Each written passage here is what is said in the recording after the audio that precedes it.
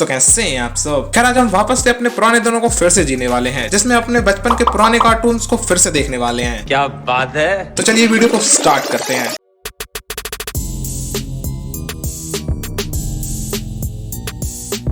इस वीडियो में हमारा सबसे पहले कार्टून आने वाला है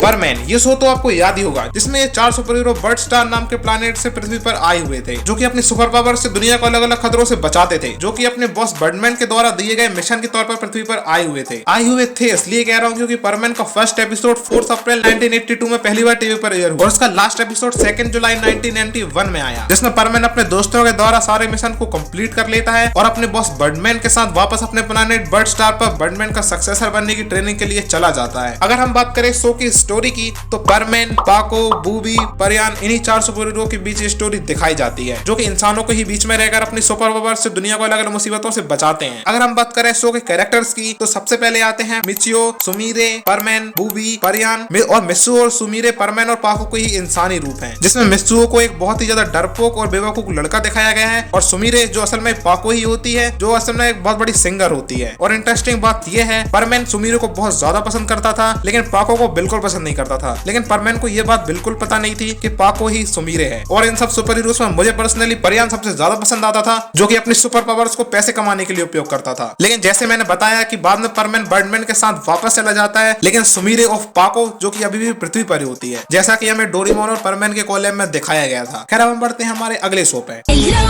वो चला कभी आते जाते रास्ते में, कभी स्कूल के बस्ते पे, ढूंढे तो मिल जाएगा एक नया आइडिया, बनाया परसों के रोबोट को और संग है मियो को, इसने ही हर बारी धूम है मचाई।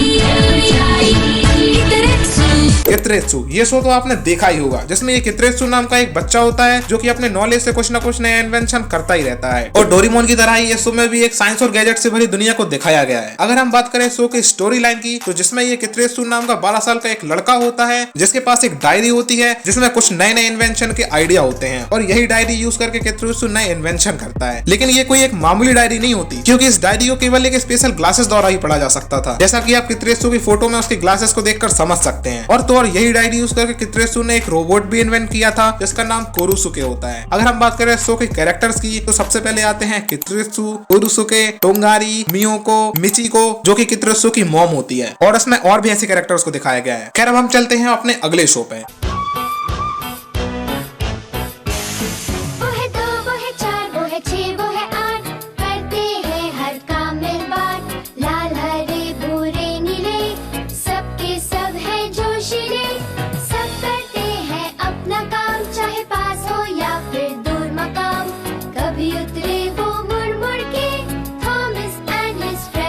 थॉमस एंड हिज फ्रेंड, ये शो तो आपने कभी ना कभी देखा ही होगा, जिसमें सोडोर नाम के एक इमेजिनरी आइलैंड में ये ट्रेन के इंजन और उनके दोस्त रहते हैं। और इस शो में उनके ही रोजाना के नए नए कारनामों को दिखाया जाता है, जिसमें एक मेन कैरेक्टर होता है जिसका नाम थॉमस होता है, और साथ ही थॉमस के कुछ साथी होते हैं, जो कि उसी की तरह रोज कुछ ना कुछ नए कारनामे करते रहते हैं। और इस शो में हर एक ट्रेन इंजन की अलग अलग अपनी खूबी होती है। थॉमस एंड फ्रेंड्स एक ऐसा शो है जहाँ एक इमेजिनरी वर्ल्ड में हमारी ही तरह कुछ सोचने और बोलने वाली कुछ ट्रेन थी। हाँ पता है, अभी ये सब देख के हमें बहुत ज्यादा हंसी आती है कि आखिर हम क्या क्या देखते रहते थे, लेकिन बचपन हर एक चीज का अलग ही मजा होता है, जहाँ कोई मोबाइल नहीं, कोई इंटरनेट नहीं, बस पूरा दिन नए नए कार्टून्स देखना। खैर अगर हम बात करें शो के कैरेक्टर्स की, तो सबसे पहले आते हैं टीसी थॉम हैट, एलिलूसिया बूटी, ऑलिव और साथ ही थॉमस के कुछ फ्रेंड जैसे James red engine, Edward the blue engine, Gordon, Cranky, Percy, Henry, Bobby train engine और भी ऐसे काफी प्रकार के इंजन को इस शो में दिखाया गया है। खैर अब हम बढ़ते हैं हमारे अगले शो पे। हड्डी मेरा बड्डी, हड्डी मेरा बड्डी, हड्डी मेरा बड्डी, हड्डी मेरा बड्डी। A for apple, अच्छा है। B for ball, अच्छा है। C P for cat. अच्छा है। P for cow. अच्छा बड्डी मेरा बड्डी, Good. बड्डी मेरा बड्डी, नहीं हूँ। बड्डी मेरा बड्डी, हाँ। बड्डी मेरा बड्डी। हड्डी मेरा बड्डी ये शो तो आपने डेफिनेटली देखा होगा, और अगर ये शो आपने देखा है तो ये शैतान लोग का सेवक, पाताल लोग का प्रेमी और हैवान का आखिरी बीज हड्डी को तो आप जरूर जानते होंगे। अगर हम बात करें शो की, जिसमें एक हड्डी नाम का एक कैरेक्टर होता है जो कि एक शैतान लोग से आया हुआ एक शैतान होता है, जो कि 2 बच्चों से सर हारने की वजह से उनका गुलाम बन जाता है। और उन 2 बच्चों का नाम है प्रीति और बिल्लू, जिसमें प्रीति एक खड़ूस लड़की होती है जिसने हड्डी की पूरी तरह से बैंड बजा कर रखी हुई होती है, जो कि किसी से भी नहीं डरती थी। और प्रीति का एक फेवरेट डायलॉग भी था जो वो अपने हर बात के पहले कहती थी। जिसको भी याद है प्लीज कमेंट करके जरूर बताना, और साथ ही हड्डी का भी फेवरेट डायलॉग जरूर बताना। खैर उसमें से ये जो बिल्लू होता है, जो कि एक बहुत ज्यादा फनी कैरेक्टर होता है, जो कि रोज रोज कोई ना कोई बेवकूफी करता ही रहता है, और मुझे पर्सनली बिल्लू वो कैरेक्टर सबसे ज्यादा पसंद आता था। बेसिकली प्रीति और बिल्लू दोनों ही कजिन्स होते हैं। खैर इस शो में इन्हीं कैरेक्टर्स के बीच स्टोरी लाइन चलती है, जिसमें इन्हीं के जीवन के रोजाना के नए नए कारनामों को दिखाया जाता है। अगर हम बात करें शो के कैरेक्टर की, तो सबसे पहले आते हैं बिल्लू, प्रीति, बिल्लू की मम्मी, बिल्लू के पापा, गुल्लू और भी ऐसे कैरेक्टर्स को बताया गया है। और बिल्लू की ही तरह उसके फादर का भी कैरेक्टर बहुत ज्यादा फनी होता है। खैर हड्डी मेरा बड्डी एक अमेरिकन एनिमेशन है जो कि इंडिया में कार्टून नेटवर्क पर टेलीकास्ट किया जाता है। और खास बात यह है, हड्डी मेरा बड्डी ये शो का इंडिया का नाम है, जबकि इसका ओरिजिनल वर्जन अमेरिका में the grim adventure Billy and Mandy के नाम से आता है।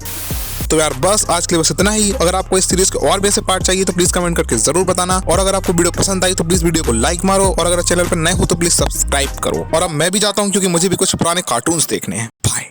पागल ये पागल को पागल कर दे जहाँ भी ये जाए, देखो करता है कैसे दीवार।